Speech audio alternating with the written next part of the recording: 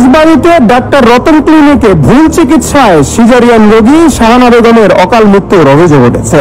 নাম প্রকাশে অনিচ্ছুক একাধিক ব্যক্তি জানান, মৃত্যু শাহানার পরিবারকে মোটা অঙ্কের টাকার বিনিময়ে ক্লিনিক কর্তৃপক্ষ বিষয়টি ধামাচাপা দিচ্ছে এবং ক্লিনিক এখনো চালাচ্ছে।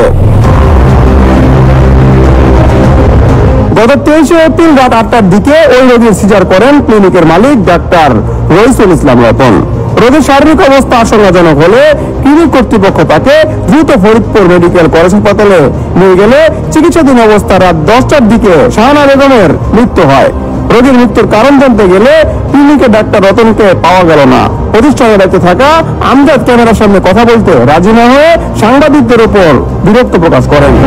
ভুল চিকিৎসা করলাম, ভুল চিকিৎসার কারণে সে মেয়েটা মারা যায়। তারপর ডাক্তার চালিয়ে যায়, বিক্ষুব্ধ জনতা যখন রতন ক্লিনিকে যায় তখন ওইখানে যারা কর্মচারী ছিল তারা পালিয়ে যায়। পূর্বে ভুল চিকিৎসায় রোগীর মৃত্যুর একাধিক অভিযোগ রয়েছে এই রতন ক্লিনিকের বিরুদ্ধে।